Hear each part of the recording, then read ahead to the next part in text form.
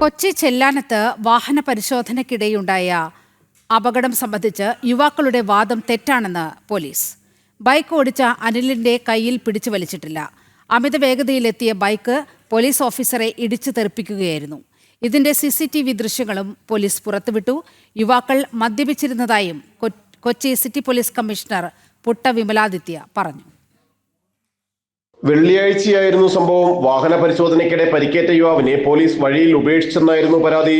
എന്നാൽ വാഹന പരിശോധനയ്ക്കിടെ അമിത വേഗത്തിൽ ബൈക്കിലെത്തിയ യുവാക്കൾ പോലീസ് ഡ്രൈവർ CPO ബിജുമോനെ ഇടിച്ചിടുകയായിരുന്നെന്നാണ് കണ്ണമാലി പോലീസിന്റെ വാദം.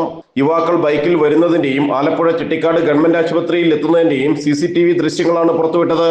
ആശുപത്രിയിൽ കൊണ്ടുപോയില്ലെന്ന വാദം ശരിയല്ലെന്നും വാഹനത്തിൽ കയറാൻ പോലീസ് പറഞ്ഞെങ്കിലും യുവാക്കൾ തയ്യാറായില്ലെന്നും Kochi city police commissioner Putta Vimaladitya പറഞ്ഞു. യുവാക്കൾ മദ്യപിച്ചിരുന്നതായി വ്യക്തമായെന്നും കമ്മീഷണർ കൂട്ടിച്ചേർത്തു. അവർ പ്രോപ്പറായി ഡ്യൂട്ടി ചെയ്യുന്ന സമയത്തുള്ള സംഭവമാണ്.